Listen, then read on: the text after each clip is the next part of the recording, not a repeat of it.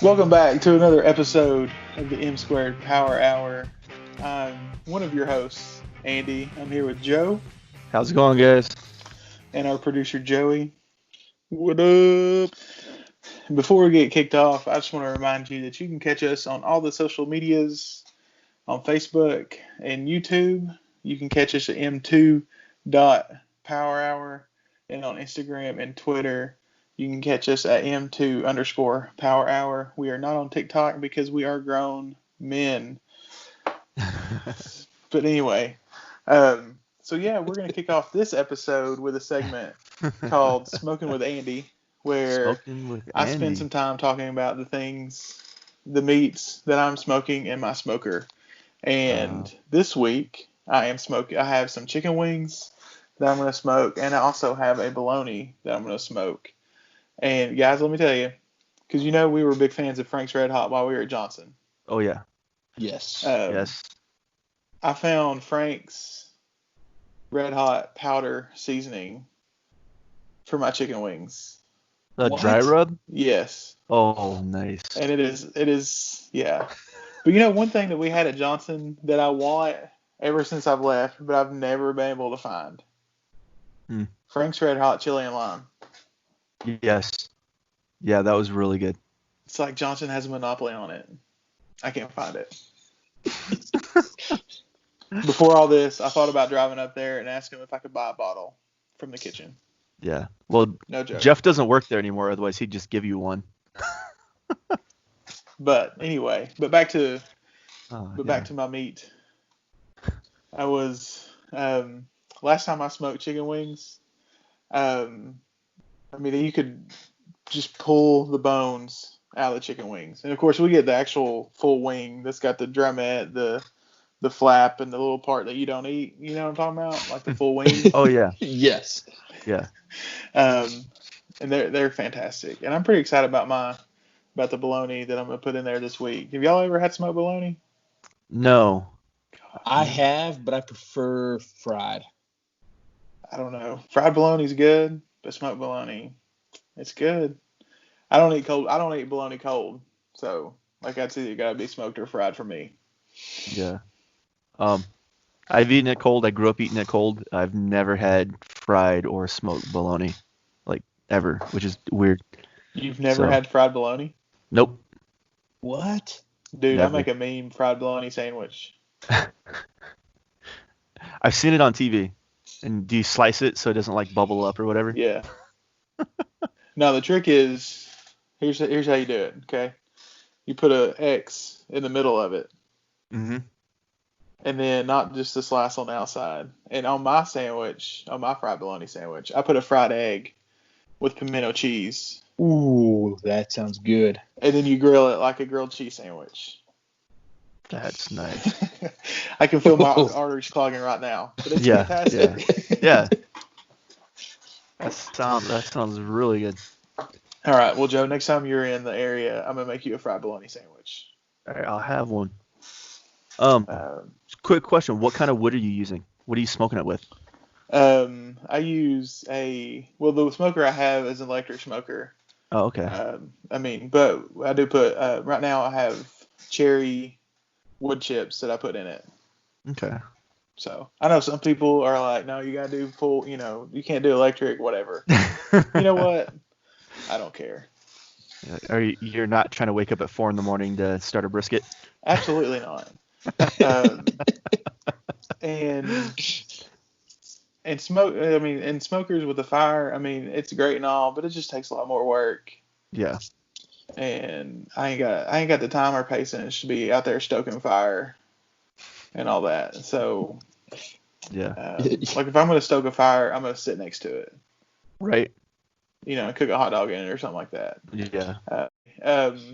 Once all this, because my dad got a new smoker. He got a bigger one because he smokes the turkey and ham for any family gathering that we have, like Christmas, Easter, Thanksgiving, whatever. And so he needed a bigger smoker because our family's got growing. And so I got his old one. Nice. So that's what I'm using right now. And right before all this hit, we were getting into the season where a local barbecue restaurant was going to start their classes up about smoking and things like that. Like they're going to teach us like they teach the way that they do it. And this is one of my favorite restaurants to go to. And so I'm waiting for all this to be over so I can do that. Okay, that's So, cool. Try But I to have get better at what I another do. question on all that. So, like, I'm from Cali. We don't do a lot of smoking out here. Mhm. Like, that's still kind of new out here. So, what's the difference? Because this is pointed out to me when I lived in Tennessee. What's the difference between grilling and barbecuing? Like, when somebody grills or somebody barbecues, what's the difference? Grilling is a verb. Barbecuing is not a verb. Okay. Barbecue is meat cooked a specific way, usually smoked. Okay. But yeah, like when people out here say, "Hey, I'm a barbecue," I expect like some smoked wings or some pulled pork Okay. slathered in barbecue sauce. Where I'm out here in Cali barbecuing, kielbasa's Right. over propane. That's not really barbecue. Yeah. Uh, Yeah. Like if you yeah. tell me, "Hey, I'm a barbecue," and I show up to your house and I've got hamburgers and hot dogs on the grill, I'm about to be mad. All right. Noted. Just All right. saying. Talking about showing up at someone's house and being And being mad. disappointed. We're gonna start a new segment, I think, because I feel like this is gonna happen a lot. Tom Brady and the misadventures of Tom Brady. For those of you that haven't heard, he is now a Tampa Buccaneer and has moved to Tampa. And while living in Tampa, he has already broken 2 laws, technically. One of them by trespassing in a park, and the other one by breaking and entering. Now, the trespassing in a park, he was just out. All the parks in Tampa are closed, so he was out and just working out in a park because no one was there. He can't get into a facility, so why not go to a park and work out and run and do all that? Mayor of Tampa showed up and asked Tom Brady to go back to his home and told him if he didn't leave, he was going to get a fine. But that's not the best one. The best one is he goes to his offensive coordinator's house, Byron Leftwich, on April 7th, does not knock on the door, just walks right in like he knows the guy, like they're best friends. And as he's standing there, realizes he is not in Byron's house. He is in Byron's neighbor's house, David Kramer, who is standing there and just soaking all this in. He said, didn't even bother to ring the doorbell, just let himself in. Man, what would you do, Joe? What would you do if you just showed, like, Tom Brady just shows up at your house? Well, that's the reason I keep my front door locked, even when my door is open and my screens. We have a security door. But yeah, it wouldn't have been good for Tom Brady. His career probably would have been over because 2 of my big dogs might have attacked him, and then my little dog would have finished him off. She's short, small, and fat. She'd have broke his leg. No, it'd have been a bad thing if Tom Brady or anybody were to walk into my house. But can you imagine that though? Just, hey, I'm here. Like, who are you? Why are you in my house? That's awesome though. What did the guy do? Did he say anything to Brady or? It sounds like he just told him you've got the wrong house, and Brady left, and then David Kramer called TMZ. So Nice. yeah. If he walked in my house unannounced, he would not be able to throw touchdown passes anymore. Yeah. That's for sure. Here's the thing to me, though, is the funniest part about all this is anybody else, any of this stuff would have happened. Like if I'm sitting there and I have someone come to me, even if it's just a police officer, but let alone the mayor come to me and say, hey, you're trespassing in a park. You need to go home. I go into someone's house. Like I'm not going out and blasting and putting this out everywhere. Yeah. Tom Brady actually tweeted, trespassing in parks, breaking and entering, ... just making myself at home in Tampa Bay. So he has officially claimed Tampa to be Tampa. Tampa Bay. Yeah. Oh, that's awesome. He's something else, man. Like, I think Brady's trying to reinvent himself after being considered the robot, or he showed very little emotion and everything in New England. He just had that fire, that competitive nature, and maybe now he's trying to show everyone, like, hey, look at me, I'm like a cool guy, and trying hard to be Mr. Normal, everyday Joe, so to speak. Everyday Tom, even though he's considered the greatest quarterback of all time. I feel like that's what's happened with Tom right now. I can be myself. Like, I'm not under the tight scruple of Belichick anymore. Oh yeah. And he's got a head coach in Bruce Arians. He's very liberal with his people. He's the guy who's like, if you have a family function, don't miss your family function because of football. Like he tells his coaches that if your kids have a recital or your kids have something, go do that. Don't be here. And so he's got a head coach who, is like, hey, dude, whatever, just take care of your family, and, versus football. So that's going to be an adjustment for Brady. And hopefully he doesn't get like a ticket for going 120 on the freeway, and, his life falls apart now. Well, and here's the dangerous part about all this. And this is Andy's favorite part about this story, is Tom Brady is not going by himself. He's going with the biggest party animal out of the New England Patriots, Gronk. Yeah.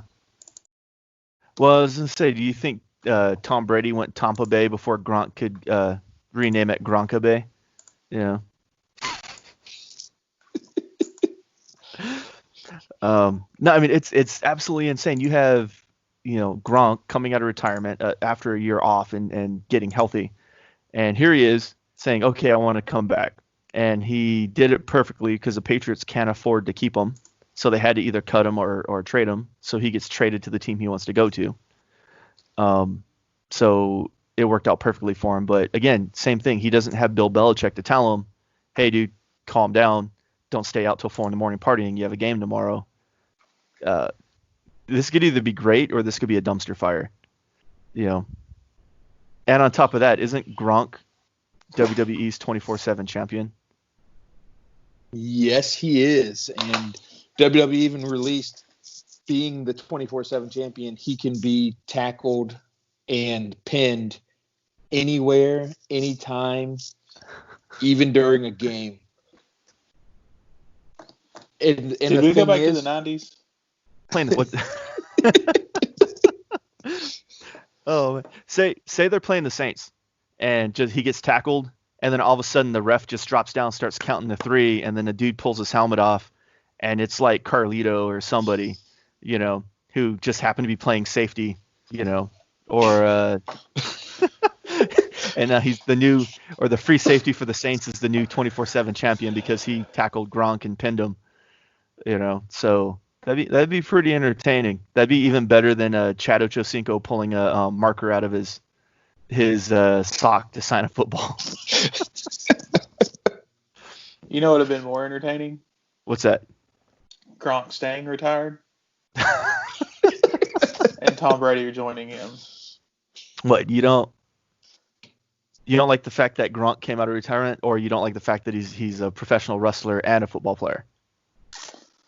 Well, we're not in the 90s, and WCW is not a thing anymore. Yeah, it is. So it's the called professional AEW. athlete/wrestler thing should just go away. It should have died with WCW. Ah, come on. And I'm not a big fan of players continually coming out of retirement. But it's Gronk, man. Yeah. I don't care. I wasn't a big fan when Brett Favre did it 1,000 times. Well, he never officially retired. He just said he Favre wanted fan. to. And I was a Brett Favre fan. Brett Favre should have retired from Well, Green Bay. I will say the argument against that, Brett Favre, like his age and his game, he should have retired. Gronk's not that old. I don't know if you saw his interview, but he he said that now he's more matured and he's no longer a young buck, that he has to take care of himself better. And then I saw he's turning 30, or he just turned 30, and I pretty much spit out my coffee. I'm like, wait a minute. Like, oh, I'm so much older and mature now. I just hit 30. I'm like, you know what? I can be quiet with that stuff. Like, Well, I will say this for Gronk. He was not good at co-hosting the New Year's Eve with Steve Harvey on Fox. And he was not good on The Masked Singer. Oh, we So- disagree on The Masked Singer. And we will have an episode where we talk about The Masked Singer. Maybe But football, No. all he's got. I loved Gronk on The Masked Singer. yeah. I think it took all of like 5 seconds for everyone to go, that's Gronk. And he's terrible. Yes, but he is worth it. The same reason we slow down on the freeway to look at the car on the side of the road is the same reason we wanted Gronk on The Masked Singer. I've been trying to talk to my wife about sports, and the only way I could get her even interested to talk about sports right now is when I showed her the new NFL jerseys. She's like, "Oh, those are cute. Oh, that's Cute. Which no guy." Yeah, Cute. yeah. But it kind of sparked something with us. We were all talking about those jerseys, not because my wife said they were cute, but we all decided we'd like to talk about our favorite jerseys, right? So we've gone through and done our top 5 jerseys. And so we're going to list those off. And we want to encourage you, though, as you listen, go on to our Facebook or onto our Instagram and let us know what your favorite top 5 jerseys of all time are. That's what we'd love to hear about. So we're going to kick it off. Andy, you want to start us off? Yeah, I can do that. So my number 5, are we just gonna like each talk about our fifth and go around like a horn like that? Like, is that the game plan? Yeah, I think that's a good idea. Okay. All right. So at number 5, and they only wore it for 2 years, but the Titans came back and wore it as a throwback, and but it's the blue helmet from the Houston Oilers from the 70s. And Nice. I was pretty excited when the Titans were announcing that their new uniforms, and I heard that their helmet was going to be blue. Because I'm like, if they do the light blue, they can bring that back more often. But the Titans went with the dark blue, which is fine. I like the new Titans helmets. But I think my 5th favorite all time is the blue helmet from the Houston Oilers from like 72 to 74 or something like that. Nice. Nice. Those were nice ones. Yeah. Joe, what about you? What's your number 5? My number 5, and probably not a lot of people know this jersey, but it's a hockey jersey, and it's the San Jose Sharks from the 90s. They had this really cool, at the time, a lot of people weren't doing like a teal color or, using like that kind of shade of blue-greens. But they had this really cool jersey, has a shark on the front, it's biting the stick, but just it's blue or that teal blue, black, silver. I don't know how to explain it, other than it was just really cool. But as a teenager, I remember always wanting a San Jose Shark jersey just because, just the color scheme, because back then that was unique because everybody was doing reds and blacks and burgundies and those colors, and they were the only one doing like that bright color, that teal color. So it's that 90s, late 90s San Jose Sharks.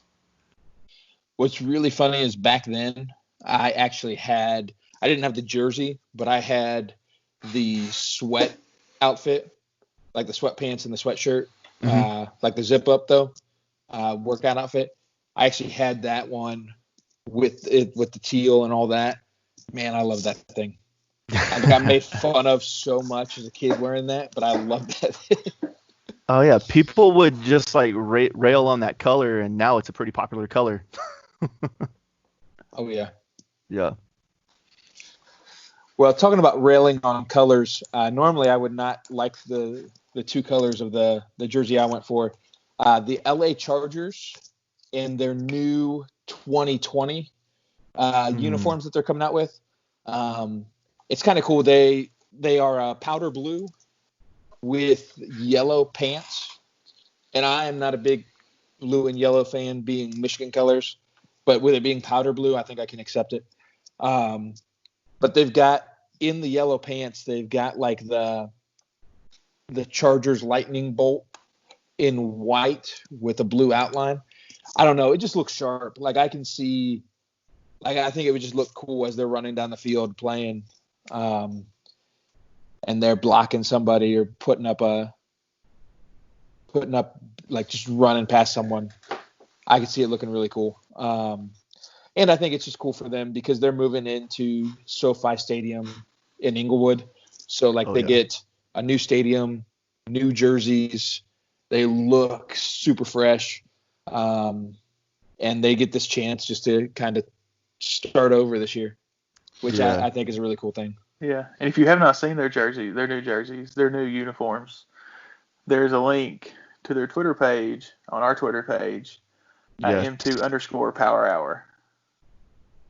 Very, very impressive. Like they definitely, of all the uniform reveals this year, I'd have to say the Chargers have the best uniforms. Yeah. Yeah. And hopefully, the Rams haven't said what their uniforms are going to look like yet or showed us their uniforms, but everyone's already complaining about their new logo. So I think the Chargers won that one. It's because they ripped it off from the Chargers. Pretty much.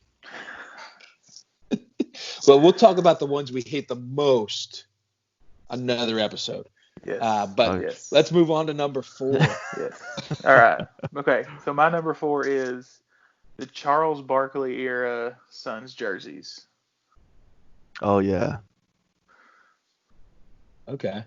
I love those jerseys. And they looked really good draped over the round mound of rebound. Yes. Now, did you like the jersey or did you just like the guy that was wearing the jersey? Both. I love Charles Barkley. Yeah. No, those are really nice jerseys. I actually had growing up a Lakers fan, I actually had a Suns hat because of the color scheme and the logo that the Suns had back then. Okay. Yeah. I didn't wear it often, but I bought it anyways.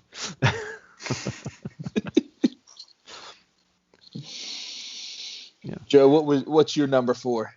My number 4, and you guys can look it up because this is going way back to the late 90s, early 2000s, is the Angels, the Anaheim Angels. Or I don't know if they're still Anaheim or they're still California if they had switched to Anaheim Angels, but it's their periwinkle blue pinstripe uniforms. And they had changed their logo. They did an angel, like wings coming off the A for Angels, and it's pinstripe, but then the sleeves were a solid, kind of in between a purple and a blue. And I just thought those were the coolest looking uniforms because nobody had something like that at that time. It was a throwback to decades before. And what made it even better, but this is when like Jim Edmonds, Garrett Anderson, like that World Series team was first coming out and coming up together. They switched to these uniforms, but then they switched to the solid red a couple years later. So it's the late 90s, early 2000s periwinkle Angels uniforms. Sounds like a pair of pajamas I used to own back in the day. Oh, they totally are. That's what it looks like. It's like an old pajama T-shirt that your kids would wear. Maybe that's why I like them, because I had a pajama shirt like that as a kid. Oh man, yeah. I'll say, talking about pajama shirts. This wasn't a pajama shirt, but this was like my number 4 is what kids wore back in the 80s on their shirts. Some of them, the Denver Nuggets jerseys in 85 to 93. Back when Lafayette, the fat lever, he was on there. They are like, it's a blue, like a dark blue jersey with yellow outline, but across the middle, like right under your chest was a giant rainbow, like just straight across was like all the rainbow colors. But then it was the city of Denver, the outline of the city of Denver, right over top of it, of the rainbow in white, and then nuggets underneath. I don't know. It always, to be honest, I always liked it because it reminded me of the Reading Rainbow. And like, I've always enjoyed looking at that jersey. Plus, like, for me, it was fun looking back at some of the stats of Fat Lever and just seeing. I know I'm probably saying that wrong. The guy's just really, really cool guy. And an old, like, looking back at the old players. Yeah. That's one of the cool things about doing this jersey thing is when you look at the old jerseys and looking at some of the guys that wore that jersey, you don't hear of Fat Lever, but he's one of the all-time greats to ever play in Denver. And I think that's with mine is like some of the connections too, or maybe players I really liked influenced the fact that I liked that uniform. Like, I could tell you almost the entire Angels roster who wore that periwinkle uniform. And when you look at it, you're like, oh, it's just a uniform, but it's more of a sentimental connection. So kind of like yours, it's a cool uniform, but then also somebody you liked wore it. So it makes it that much cooler. Yeah. Yeah. Well, let's move on to our number 3 jersey. Joe, you want to go ahead and do your number 3? Yeah, I'll go ahead and start this time. My number 3 is actually your number 5. The Chargers, the powder blue and yellow uniforms that they just released. We're agreeing that we both like those uniforms. Those things they're simple, but they're so they're eye-catching. You know, they didn't overdo it. They didn't go too simple to where it looks plain. I don't know. It's just a good balance on those uniforms, and I cannot wait to see them play, especially if they wear the white helmets. You know, They got the white helmets with that powder blue shirt, the yellow pant. Like, I'm excited to watch the Chargers next year just to see their uniforms. But their entire, like Andy gave the link to it earlier, but their entire uniform scheme next year is probably, to me, like the most stylish in the NFL. Oh, yeah. Yeah, even to the navy blue one they got, where it's navy blue and they just have the outline of the thunderbolt in the shoulders. I'm like, dude, that is nice. All right, well, my number 3 is, and I have to be honest with you, I was going back and forth with some of mine, but I think my third, I landed on the Hank Aaron era Braves jerseys with their lowercase a, the dark blue, or the true blue and white. The uniform that the true home run king wore. I'll give him that. I'm a Dodgers fan, so yes, Hank Aaron's a true home run king. And I'll be out, and like, I'm a huge Braves fan. Braves have had some sweet uniforms over the years, and it was kind of hard. And I kind of thought about throwing in the Dale Murphy era. It was a lighter blue with the dark blue Atlanta. I mean, they were pretty sweet. And speaking of, you're talking about the Angels jerseys looking like pajamas. Those things look like pajamas, but they were pretty awesome pajamas. Yeah.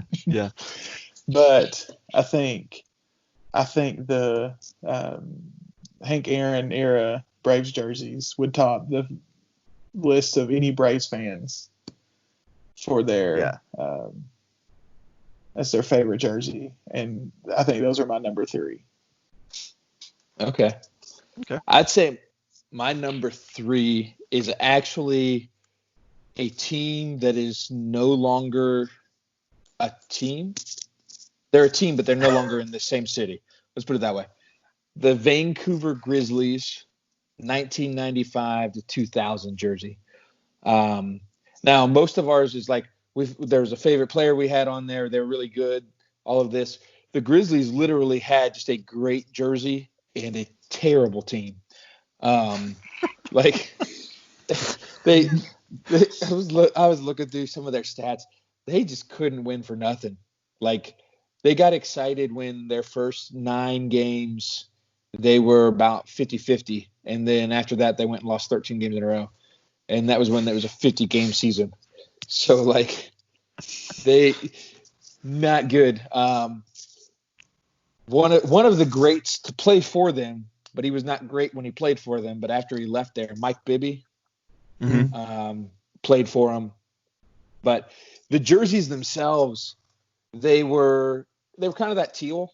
You could tell I like teal. But they had like the grizzly across, and in the grizzly, in the grizzly part, it was like grizzly marks and scratch marks all over the word Grizzlies. Yeah. And around the top and the side, like the outline of the actual like sleeves and stuff, were grizzly bite marks and grizzly claw marks. And they had the number right on the belly button. Is where they put right the underneath the yeah. Grizzlies. Yeah.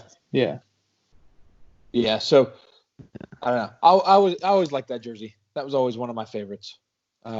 Really cool looking jersey. Really terrible looking team. But Yeah. I mean, even and not to judge because I'm not a great looking man, but because I'm not a great looking man, I know what a not great looking man looks like. And if you look at like the guys that have played on that team back in the 95 to 2000, there were some ugly dudes on that team. I mean, the only thing good looking about that team was that jersey. Yeah. That was the saving face. Yeah. Yes. They definitely benefited from moving to Memphis. Yeah. Oh yeah. I mean, they've definitely got better in Memphis. So are we back at me?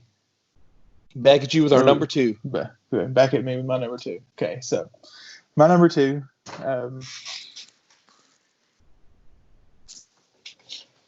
My number 2. We were. I was thinking, and it's the Tampa Bay creamsicle uniforms. Yeah. And when With when the swashbuckler on the side of the helmet. Yeah. Yeah. And when Tampa came out with a new creamsicle color more, and I hope that the NFL will drop their one helmet rule, that this is a jersey that can be worn more in Tampa Bay. Because as much as I don't think Tom Brady or Gronk should be there, it'd be nice to see them throwing touchdowns and catching touchdowns wearing these uniforms. Nice. But like the Grizzlies, they did not win much in those uniforms. But they look good doing it. That is true. Yeah. That's true. I'm going to be honest though. What I want to see Gronk and Tom Brady come out in, I want them to legitimately the first game and warm-ups to come dressed as pirates and just come out ripped up pants. Like that's what I want to see the first game. And I think Gronk would do it. I don't know if Tom would, but Gronk would definitely do it. Yeah, I think he would now. I think Tom would definitely do it now. He doesn't have Belichick to sit there and be all grumpy with him. Why are you wearing that? Yeah. Because we all know Belichick has a lot of complaints about what people wear in his cutoff hoodie. Yeah. I will say, though, Andy, I like those jerseys. Like, I like the helmets of the jerseys. But, like, anytime I see those jerseys, that creamsicle, all I think is, like, I hear ice cream truck music playing in my head every time I see that jersey. Mm. Well, I like the jerseys and I like creamsicles. Yeah. So. I think of Vinny Testaverde running for his life. That's all I could think of. Because that's about when I first started watching football. Joe, what is your number 2? Is it a football jersey or? Actually, it's going back to hockey. Okay. I'm a huge well, I used to be a huge hockey fan in like the 90s, early 2000s, and I just kind of pulled away from it. Life pulls us away from things we enjoy sometimes. Um, but it's the Detroit Red Wings jerseys. It's the old 90s. Well, no, not 90s. It's their 2007 to 2017 jerseys. They're mainly white. The sleeves are red with a white stripe about where the elbow's at, but it's just a classic look. All they have is the wheel, the red logo on the chest with a solid white jersey with red sleeves. And I don't know what it is. I've just always looked at the Red Wings uniforms and thought that's just a nice, clean uniform. And probably because they were dominant, way back when I was a kid. But no, I've always liked their unis. I thought they were just one of the cleaner looking unis and super simple. And Yeah. I don't know why I like that. It doesn't make any sense to have a wheel and wings on a, as a logo, but Right. it works for me. Well, and to be honest, like when you think hockey, that jersey and for me the Maple Leafs, Mhm. those are the two jerseys I think of as like that's just when you think hockey, those are the two jerseys that pop up in my head. Yeah. It's just iconic, like you were saying. Yeah. I mean, and that was a tough one because I thought about the Ducks. I thought about the Avalanche, who used to be the Canadians. Like, I thought about all those, but I was like, man, the one consistent's always Detroit. Like, that one's just a solid. They don't need to do anything to change it. Yeah. Yeah. Oh, yeah. Now, a solid jersey, my number 2 is probably, when we're talking iconic, this is probably one of the iconic 90s jerseys. And it is the Raptors away jersey from 95 to 99. The ones Vince Carter, Tracy McGrady, Doug Christie, all those guys wearing that jersey. But this is the 90s. It's a purple jersey. It's got a giant, right in the middle, a giant raptor.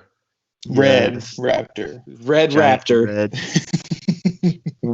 Wearing a basketball jersey, dribbling a basketball.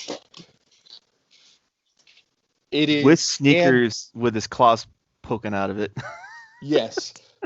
And on top of that, you have, and this is what makes it more 90s than anything else, is right behind that, you've got alternating stripes going down, but they're the jagged stripes, like off of all the cartoons. They'd have like in the background just the jagged stripes going down, and it's gray and black jagged stripes. It is everything that is 90s put into one jersey. It is. It totally is. It just needs like some sort of energy drink to be tossed on there, and you've got like you've got late 90s right there. Oh yeah, and Vince Carter wearing it. I mean, yeah, right. And winning actually, a dunk I feel contest like doing it. I feel like Mountain Dew should sponsor this jersey.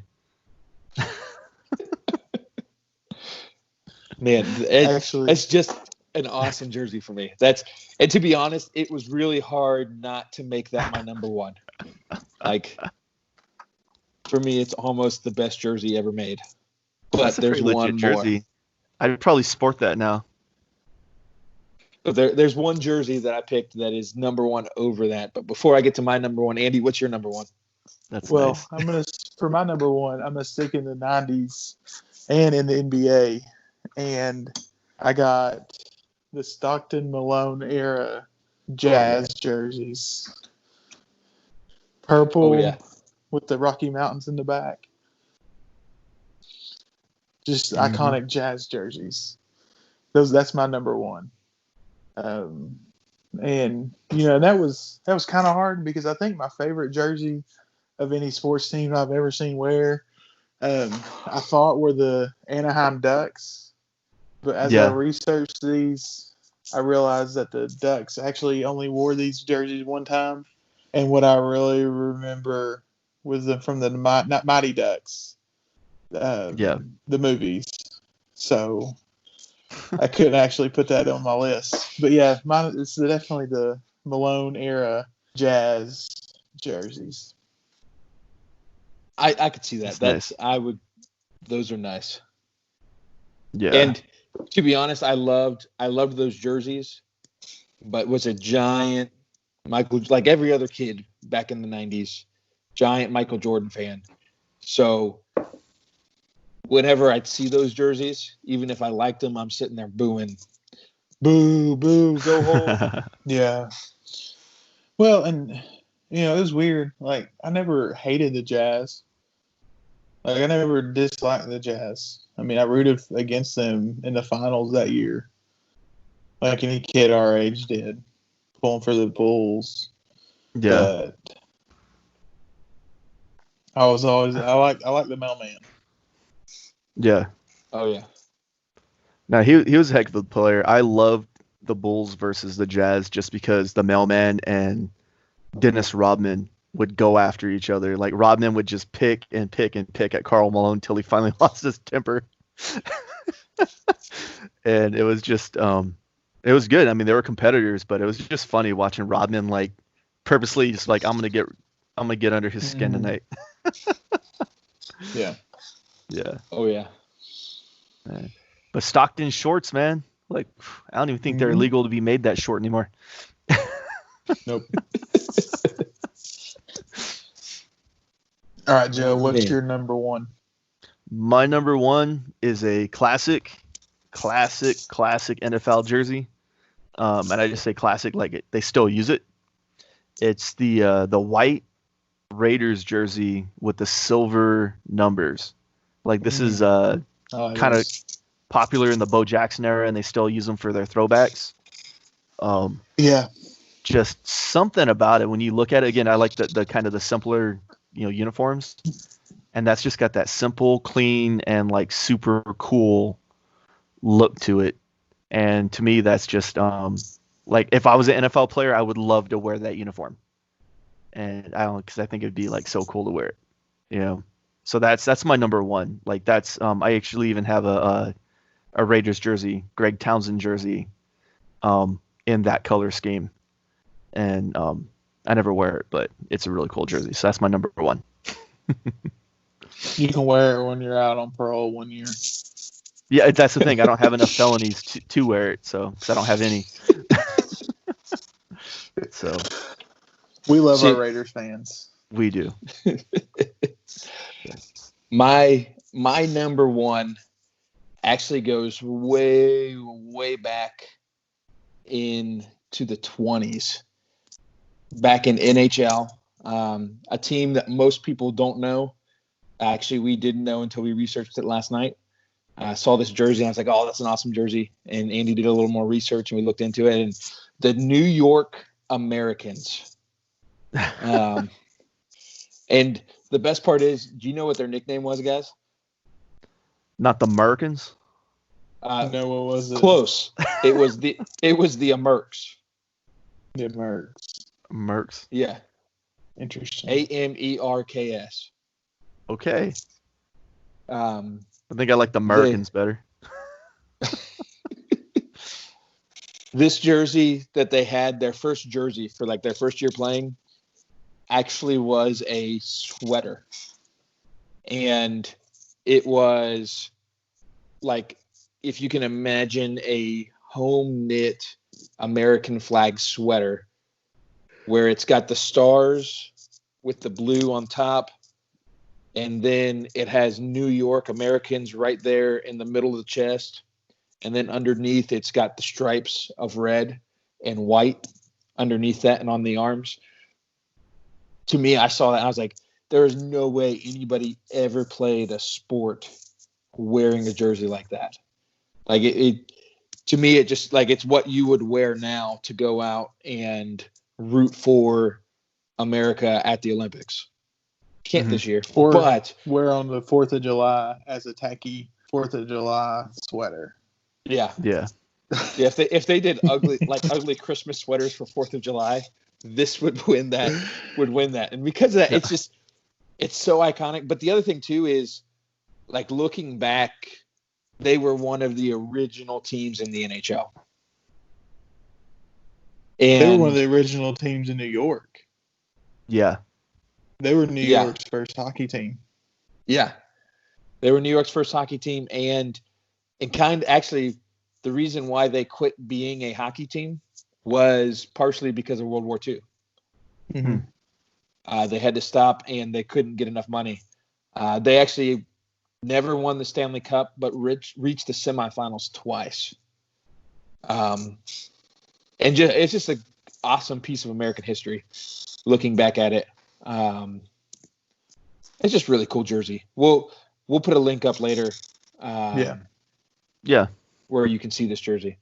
We'll throw a picture up. And I will say this for all the hockey fans out there. I think we all realize that hockey jerseys are technically sweaters. Yeah. We're calling them jerseys, but they actually call them sweaters. But this actually looks like a knitted sweater that you would wear to a tacky Christmas sweater competition. Yes. So, or the one that your grandmother gave you for Christmas that you never wanted to wear, but you had to wear when they came to visit. It's made out of wool and itchy. Yeah. But, and as we talked about these sweaters, I was thinking because, I'm a big traditionalist when it comes to uniforms for certain teams. Like, your team has a tradition for a certain uniform, stick with that tradition, in my opinion. Like, in the two biggest teams that I'm biggest advocate for tradition on are the Celtics and the Vols, especially when it comes to football. Like, the Celtics, just their classic green and white is the only uniform they should ever wear.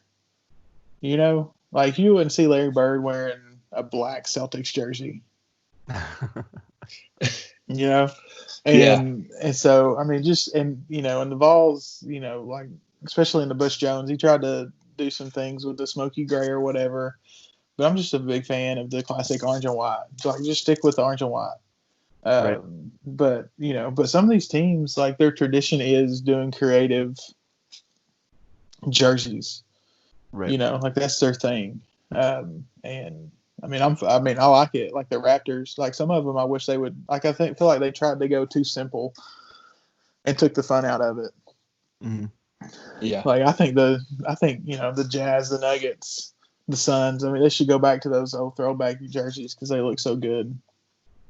Yeah. Oh yeah. And just have fun with it. Well, you know what? You were talking about taking the fun out of it. One of the things I feel like that gets the fun taken out of most is faith and relationship with Christ. Mm-hmm. And, like, people don't realize that having a relationship with Christ is so much more than just following rules. And we want to do like a segment here at the end where each week we're going to get on and we'll take turns, but we're going to talk about kind of our faith story and let you know a little bit more about our faith and our actual relationship with Christ and how it's more than just rules.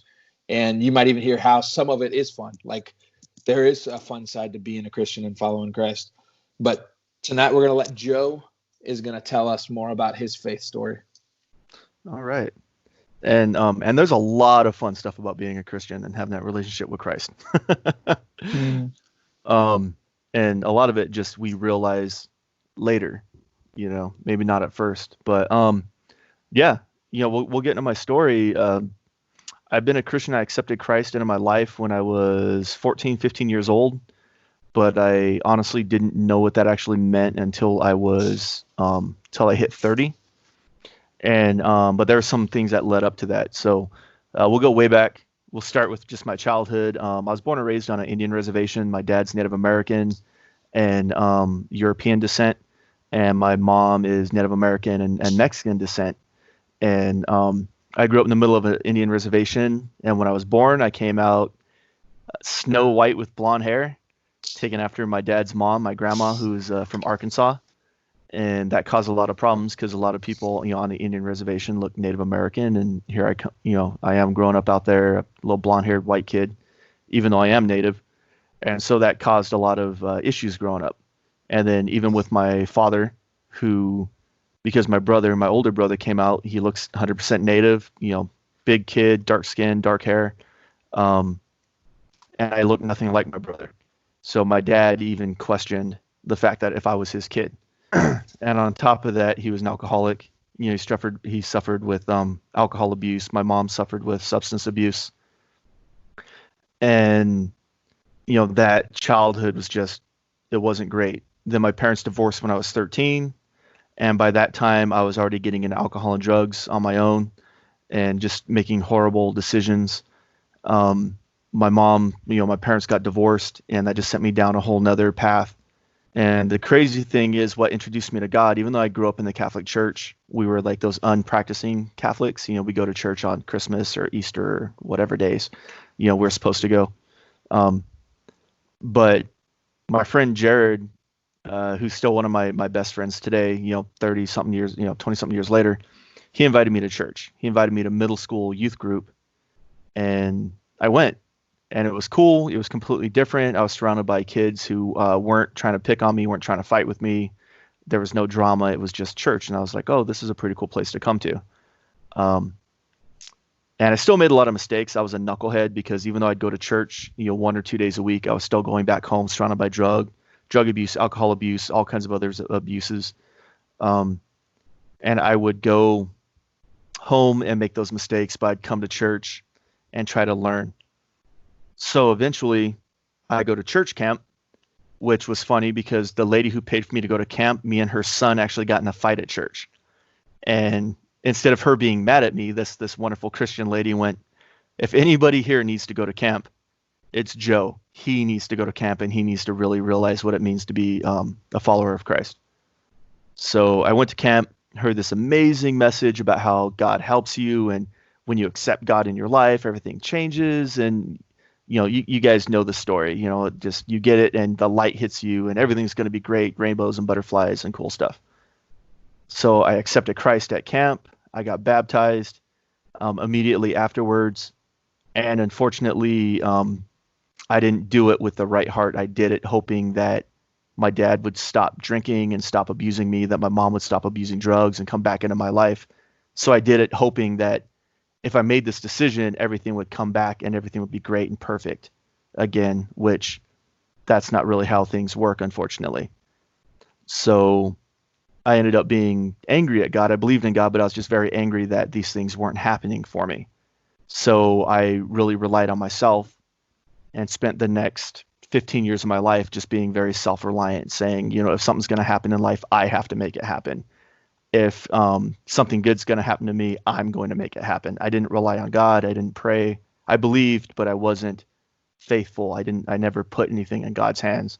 And people would always tell me that, like, hey, just give it to God, just pray about it. And I would laugh it off, which is weird because, I call myself a believer, but I don't actually believe, or didn't actually believe at the time. So let's just fast forward. I get married. I have a family. I'm living my life. I'm not abusing drugs. I'm drinking here and there, doing my thing, and own a business. And I'm still just very self-reliant, very conceited in my life. And 2008 happens, and I lose my insurance agency, which I was being very successful at it. I lose my insurance agency, and then I lose my, I lose my income, and now I can't get a job because I'm a high school dropout, and nobody wants to hire me. The grocery store won't hire me because I used to own a business and I was a manager for other organizations. So I was too experienced and had all this knowledge, and they wouldn't hire me. But businesses wouldn't hire me as a manager because I had no education. And I was stuck in the middle, and I was just losing it. I was getting phone calls, we're going to sue you if you don't pay us. Just hitting rock bottom. I'll just call it like my spiritual, emotional rock bottom. Because at that time you turn on the news and people were killing themselves left and right because they couldn't get out of debt. And I never contemplated that, but I understood how those people felt, why like they couldn't get away from all the pain they were, feeling, and that was their only out. Like I understood where they were coming from. So I'm just emotionally falling apart. This is the first time in my life I'm not successful. The first time in my life I can't dig myself out of a hole. The first time in my life that I can't do anything right. And I'm talking to the youth minister at our church. I was actually working with middle school kids at the time. This is when I first started getting into youth ministry. And he actually told me, the age old thing, like, hey man, if you're going through all of this, let's pray about it. Why don't you just give it to God? And I got so mad because I was so angry. I'm like, you know what? God's never helped me my entire life. He's never gone out of his way to do me a favor my entire life. Why is God going to care now? He's never has, he never will. And I started mocking God. I was like, okay, God, if you want this, take it. If you want my life, take my life. If you, take all my mistakes. And then that mocking actually turned into a serious conversation, turned into pleading, turned into like the Old Testament. You hear about like the ripping of clothes and the gnashing of teeth, where you're like bearing your heart and soul to God. So here I am in the church of the parking lot, just literally pulling my shirt open, on my knees, crying. Literally asking God for the first time in my life, like, I cannot do this. My life is a mess. I need you to lead my life. And I totally broke that night. And I came home, went to bed. I woke up the next morning, and it was crazy because my bills were still there. I didn't have any money. Nothing changed, but something inside of me changed. I could feel just like, you know what, I'll be taken care of. And from that point, this lady called me, this poor lady, but she was also a godsend. She called me, she's a bill collector, and was like, hey, you owe us this much money, you need to pay it, and just doing her thing. I went off on her. I called her every name in the book. I told her I was going to feed my kids before I gave her a penny, you name it. I just went off. And this lady, the epitome of patience, was like, you know what, Joe, you sound like you're having a tough time. I'm like, well, duh. And she's like, there's this company I can refer you to. They're a debt consolidation company. They can actually help you with everything you're going through right now. And if you get with them, you won't get phone calls from people like me anymore. I'm like, are you serious? And she gave me this phone number, and I called, and I started making this plan for my debt consolidation. And I was like, oh my gosh, this is crazy. And from there, my father-in-law flies home. He was actually coaching the baseball team at Johnson University, or Johnson Bible College at the time. And he starts telling me I need to come to Johnson. So I'm like, I can't do this. I can't afford it. And God opened up doors. He got me accepted into college. He got my college paid for through scholarships. And he found a way for us to move out there and to live in Tennessee. And that started, I will say, at 30, started my actual walk with Christ. So the last 11 years, because I'm 41 now, has been my real life walk with Christ, because I actually finally learned what it meant to be a Christian, what it meant to have faith. And all it took was me falling flat on my face. And finish it with something I heard from Darryl Strawberry. You guys know who that is, the ex-Dodger major leaguer who lost his entire career because of drugs and all that stuff. I heard him speak one time, and he's like, sometimes God is going to let us dig our hole and let us dig it as deep as it needs to be for us to finally feel his power when he helps us out of that hole. Because some of us have to learn the hard way. Some people get it right away, and people like me don't. So God never put me in a situation that I was out of control. He always gave me an out, but he let me dig it until I would finally understand his power when he reached down and pulled me out of that hole. And there's a lot more to it. Like this, I usually do this in this like a 2-hour conversation, but that's my faith story. But because of the people who've invested in me, the people who invited me to church, the people who never gave up on me, and the people who helped me get where I'm at now, my entire life is dedicated to helping out the next person out there, be it a youth, be it an adult, parent, single person, doesn't matter. But helping build people's faith and just helping give them direction in life and lead them to Christ. And that's it in a nutshell, man. That's my elevator faith story speech. So, well, and if you're sitting out there and you listen to that and like you want to hear more of Joe's story, or even want to talk to Joe or one of us, maybe you're in the same spot Joe was and you would love to talk to us, please, you can message us on our Facebook page, or you can always email us at m-square.podcast powerhour@gmail.com. We are here for you because, like we said, we are about sports, we're about food, we're about family, but the most important thing in all of our lives and the reason why we're all here doing this is because of our faith and our relationship with God. Oh, yeah. And we would love to talk to you about that. And if you have any questions, any needs, please reach out to us. For sure. And to close us out, Joe, you want to close us out with some prayer tonight? I was getting ready to ask him, like, am I supposed to pray that out? We'll just edit this little part out. All right. All right, everyone, we're going to go ahead and close out in prayer. So if you want, just take a minute. Dear Heavenly Father, thank you for this day and the opportunity we have for me, Andy, and Joey to come together just as brothers in Christ and share some time together. And for everyone who's out there listening, just to share some time with you. And we pray for each and every one of you. We pray for our country and the wellness of everybody. Lord, just bless this country, bless these people, bless everyone listening, and just let everyone know that there's always somebody out there willing to help them and that you love them. Amen.